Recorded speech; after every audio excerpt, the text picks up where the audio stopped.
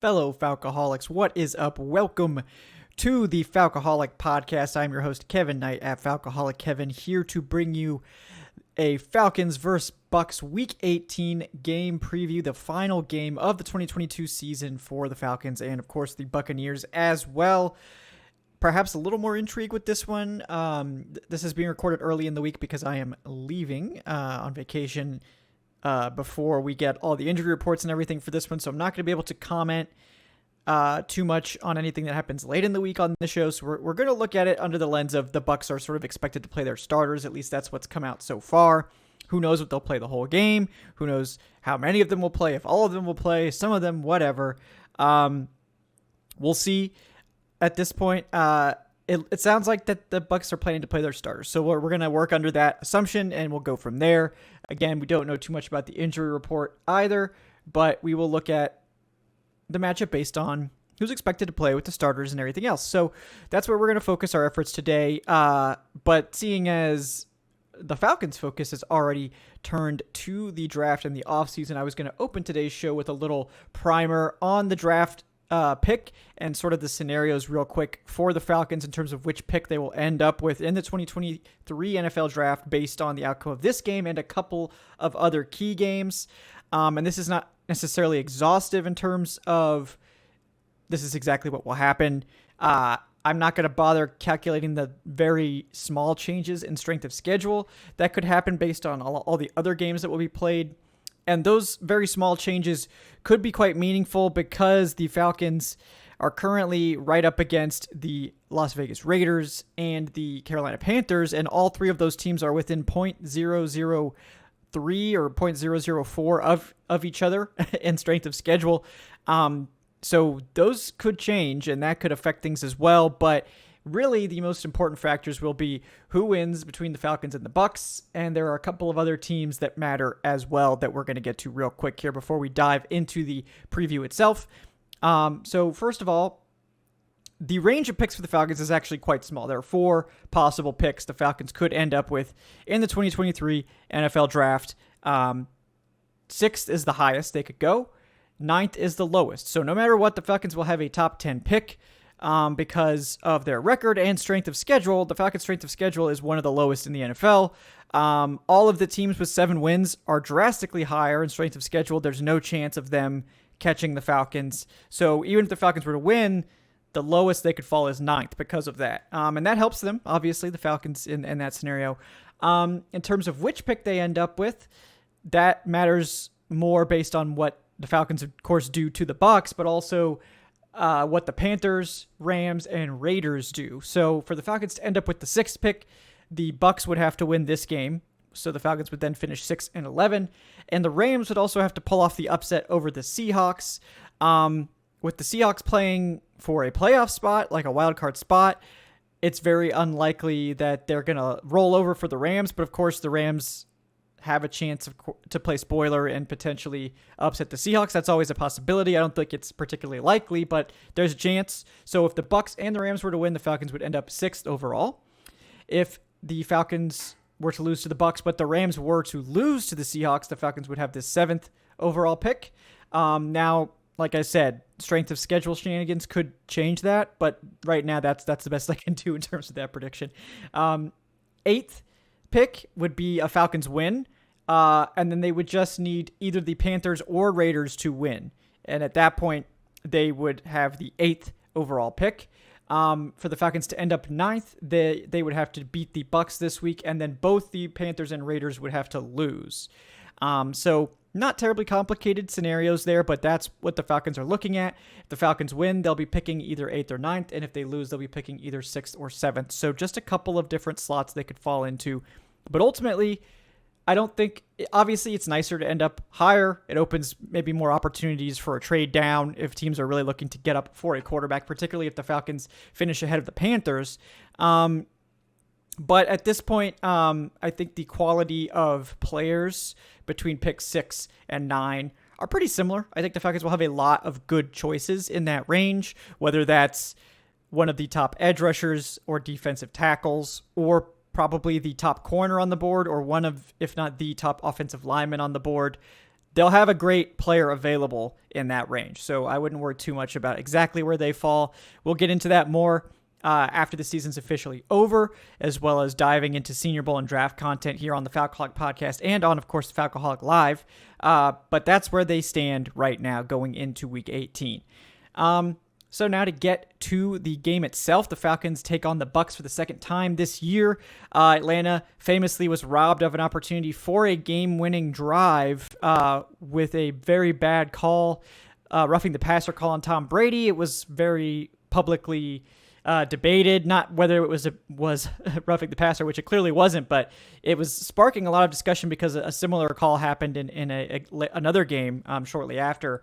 So we all remember that game. Falcons narrowly lost that one after roaring back.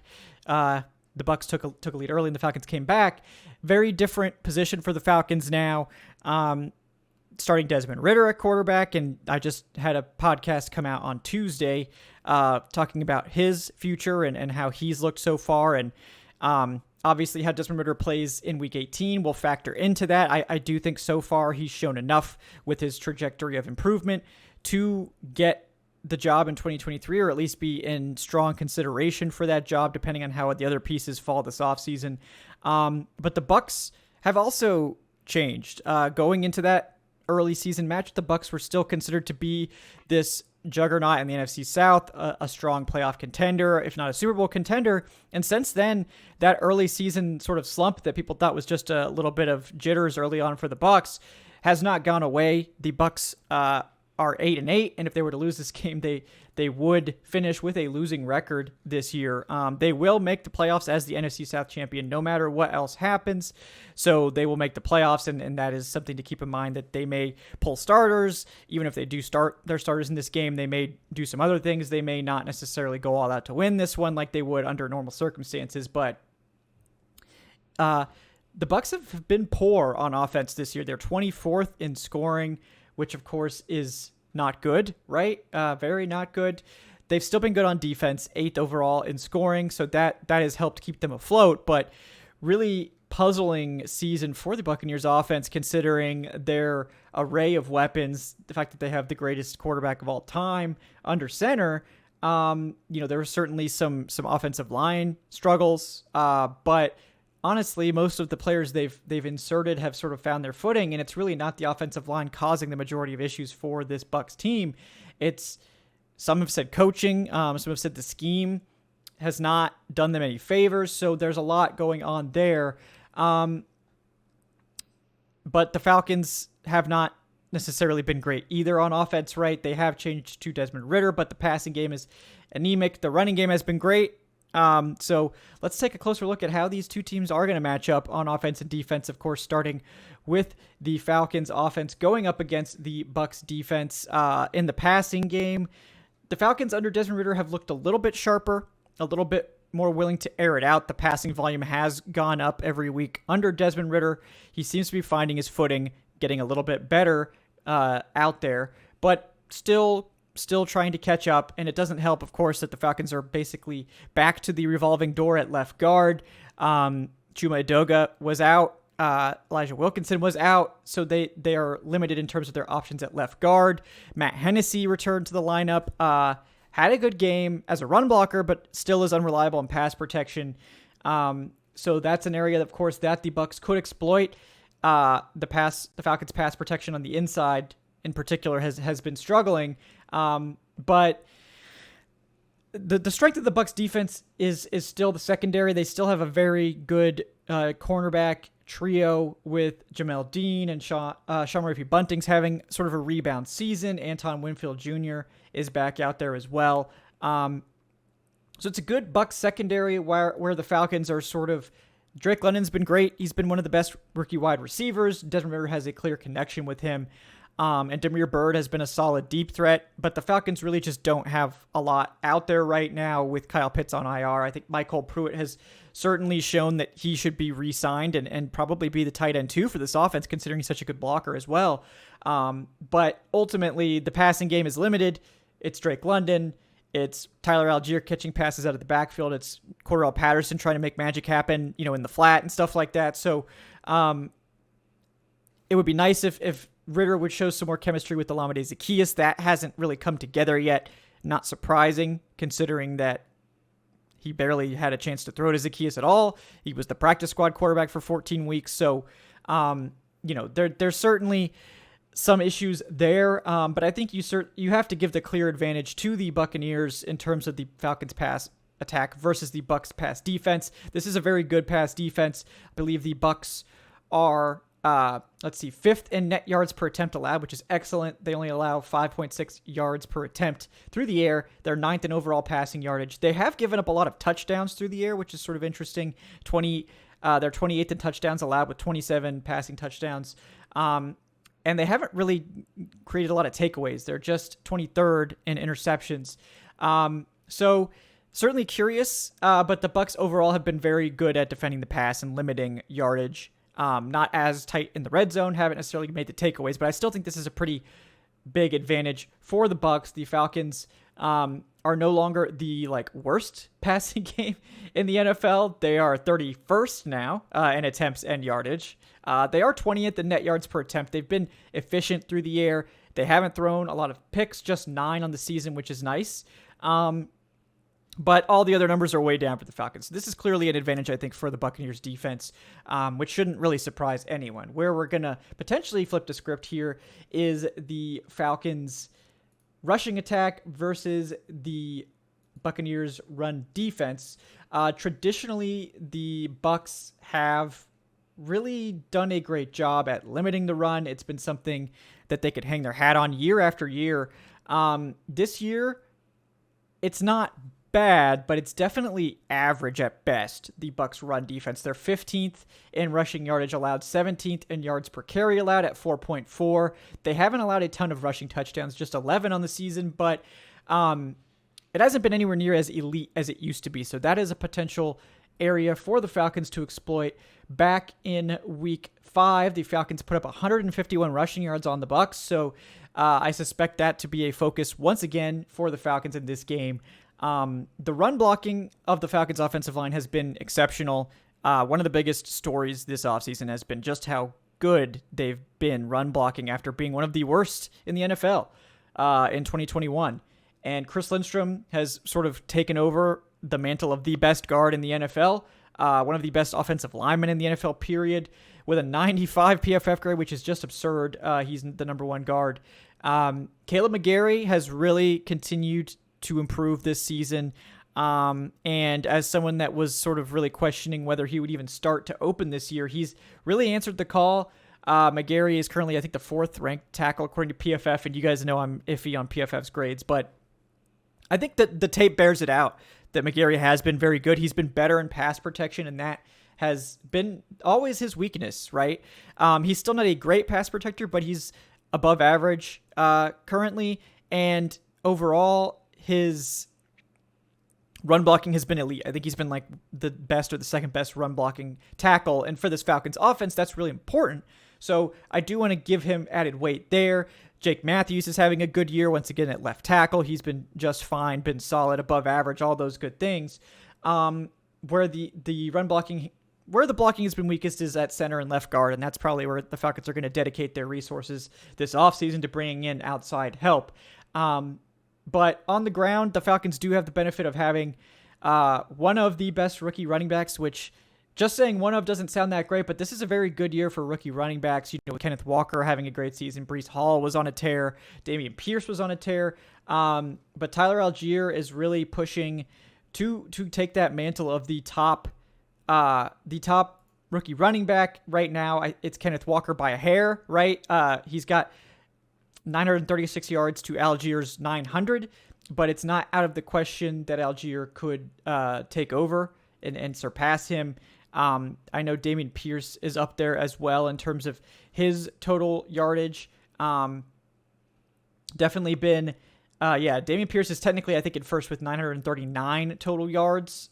So there's a chance that if Algier has a great game this week, not only could he win the rookie rushing crown, he could also eclipse 1,000 rushing yards for the Falcons, which I believe hasn't been done since William Andrews' rookie season quite a while ago, and could also even beat William Andrews' rookie rushing record, which I think is 1,023 103, give or take a few. I'm just pulling that number out of my head, but it's close to that if it's not that number exactly. And so Algier is currently sitting exactly at 900 rushing yards, I believe. So for Algier to get there, he would need 123, give or take, rushing yards, which is technically not. He's had more in a game this year. He had 139, I believe, 1 week. So he could potentially do it. He's had that kind of game before, but it would be like his second best game of the year against what is not a great run defense, but an average one. So a tall order, but something that could potentially happen. And I wouldn't be surprised if the Falcons tried to give him the opportunity to do that and really give him a feather in his cap. And of course, it would be nice to beat the Bucs too with a game script like that. The Bucs do have some good run defenders, obviously, right? Like Vita Vea, still good.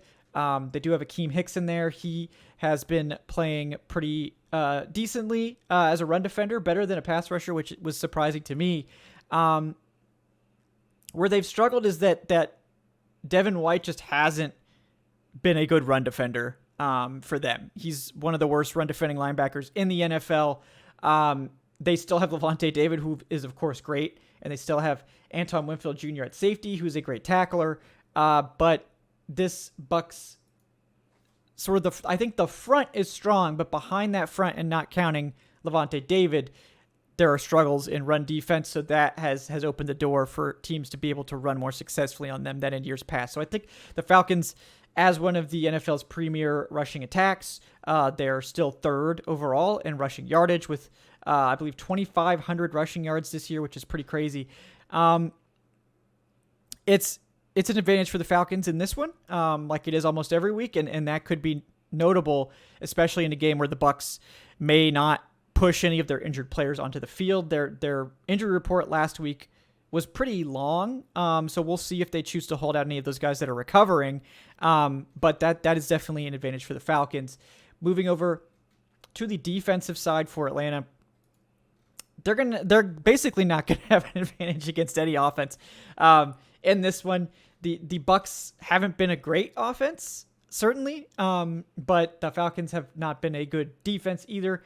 At this point, where the Falcons can hang their hat is Grady Jarrett on the interior, AJ Terrell on the outside, and Isaiah Oliver in the slot, who I think had his best game of the season against the Cardinals. He broke up a bunch of passes. He was flying in to make tackles. He had a sack as a blitzer. Oliver has really come on strong, I think, later in the season, looking now fully healthy, recovered from his injury. So that's nice to see. You love to see that. Going up against this Bucs pass offense that should be so much better than it is. And to their credit, against the Panthers last week, they were really picking on a banged-up Panthers secondary with no J.C. Horn. But at the end of the day, this is a passing attack that should be one of the NFL's elite, considering who they have, right? They've got Julio Jones, who's not prime Julio Jones or even like 80% Julio Jones, but he's still a good role player. They have Mike Evans, who's an elite option on the outside, and they have Chris Godwin, who's one of the NFL's best slot receivers. They also have Russell Gage, who they paid a lot of money to lure away from Atlanta. And they have Tom Brady. So why is it that this Bucs passing game, which predictably is extremely high volume, I believe they have the most passing attempts of any team in the NFL.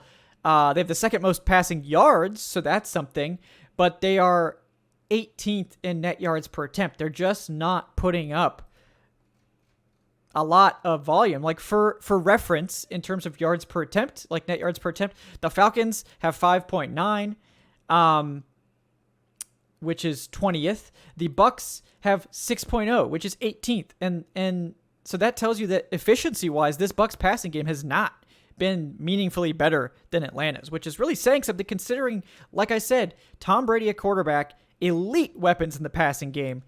It's mediocre at best. So sort of an interesting situation there. I still think the clear advantage in this matchup goes to Tampa Bay. You know, the offensive line hasn't been the best pass protecting. Donovan Smith's having a down year at left tackle. They have a backup center in there with Robert Hainsey, who I think has actually performed pretty well in relief of Ryan Jensen, who I think is coming back, but probably isn't going to play this week. Shaq Mason has filled in well, and Tristan Wirfs, of course, is a great right tackle, one of the best in the NFL. So this is a Bucs passing game that's going to give the Falcons fits. I feel like Tom Brady should really just throw it up to Mike Evans pretty much every play, and they'll make it happen. But the Falcons actually played the Bucs pretty well in their first matchup, which is, again, surprising. They did allow over 420 total yards to the Bucs, including 351 passing yards, but just 21 points allowed. So we'll see if the Bucs shred the Falcons defense, which they're certainly capable of doing through the air. And it's a clear advantage for Tampa Bay. But again, we'll see how many starters are actually playing, how fired up they are to actually play this game, and if the Falcons can get that elusive win over Tom Brady that they've been looking for. Moving to the Buccaneers rushing attack, this has to be the most disappointing part of the Bucs offense. They are just really bad, really, really bad even. And they're insistent sort of on continuing to use the run. They don't run a lot. They do run very predictably. They like to run on early downs. And that has led to very predictable offense and a lot of criticism from Bucs writers that I follow. They're 32nd in rushing yardage with just 1,200 yards, 32nd in yards per carry, just 3.3, which is pathetic, and 32nd in rushing touchdowns, just 5 on the season. So this is a really bad rushing attack going up against what is, to be fair, a solid run defense of the Falcons. They've faced a ton of volume. They're 28th in terms of the most attempts they've faced. They're 24th in rushing yardage allowed, but in terms of yards per carry, average 16th with 4.4 allowed, which is respectable, not great. So considering the volume, the Falcons, I think, have done a good job at limiting opposing rushing attacks, keeping them from taking over the game. And I think the Falcons' run defense, once again, has the advantage here, as pretty much every run defense will have against the Bucs. I believe the season high for the Buccaneers rushing attack came in week 1 against the Cowboys, where they put up 152 rushing yards, and everyone was like, oh, this Bucs running game is actually going to get going.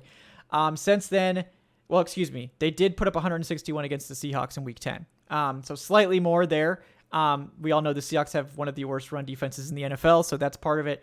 Other than that, they've had one other game all season that was over 100 rushing yards, which is against the Arizona Cardinals, who the Falcons just played, and the Bucs barely beat them.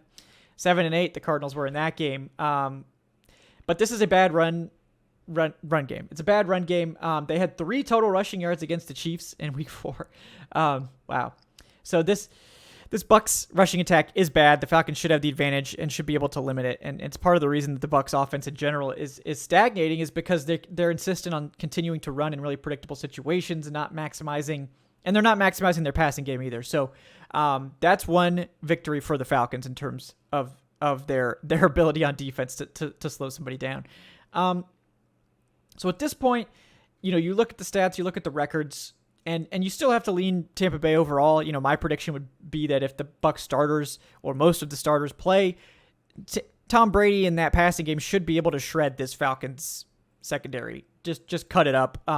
Even though the Bucs haven't really done that against anyone. I mean, they didn't do it against the Cardinals for the most part, which is pretty embarrassing, right? Considering how banged up they were. The Bucs only put up 204 passing yards, which is, the Bucs put up 281 passing yards against the Cardinals, but that's not a high flying amount in the grand scheme of things, and that includes overtime too. So, the Bucs haven't been as good as expected. They're not a great team.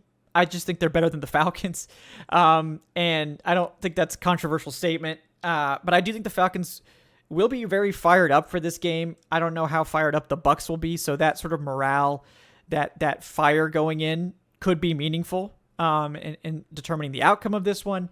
I think the Falcons will be looking to get that W over Tom Brady that they've avoided. I think Desmond Ridder is really going to be trying to put his best foot forward and have a good game and try to make his case for 2023, which I think a good game against the Bucs, especially if their starters are playing, probably cements him as the clear favorite to get the opportunity to start in 2023. And I think that's what the Falcons are going to be focusing on, is giving Ridder an opportunity to get another win under his belt, go up against a good defense and see what he can do. And we'll go from there. But I'm currently predicting not a great outing from either team. I do think that the Bucs will come away victorious in this one. I think that the Falcons will get the narrow victory. The Falcons will lose probably like another close game, right? I think this could be like a 24-20 sort of game in favor of the Bucs. But we'll see. Maybe Ritter comes out swinging. Maybe the Falcons' rushing attack takes off, and maybe the Bucs are all out of sorts, or they bench their starters early if things start going poorly. And we'll see. But ultimately, the outcome of the game in terms of the win-loss, not really meaningful for either team. It's meaningful in terms of the draft selection for the Falcons, and the Bucs really are just looking to get out of here, giving their starters, it seems like, a chance to play and keep fresh and like keep going and keep their blood pumping, and all that stuff. But otherwise, it's hard to predict this one because we don't know the total details. But I'm not expecting the Falcons to come away victorious if the Bucs play all their starters. But if there's a mix, or if the Bucs pull their starters at halftime, I think the Falcons have an excellent chance to get that final win, match last year's record, and send Desmond Ritter into 2023 with a 500 record. So, not the worst thing in the world there either. And like I said, no matter what happens, the Falcons are picking between 6 and 9. So not a lot of movement possible there either. And, before I end the show, that I'm recording this on Tuesday immediately after what happened with Demar Hamlin of the Bills. And just all my thoughts are with him, with the players, with T. Higgins, with his family. Just a really horrific thing to watch. And it really reminds you just of how frail, human life is, and how violent this game is, and how much pressure these players are under. And I'm glad that the game was postponed. It was the right call. And, I'm just hoping for the best outcome here, and who knows, what will happen, but just hoping for the best for Demar Hamlin and his family. So thoughts are with you, Demar. Guys, thank you so much for tuning in to the Falcons vs. Bucs Week 18 game preview. If you're enjoying the show, give us a like, give us a subscribe.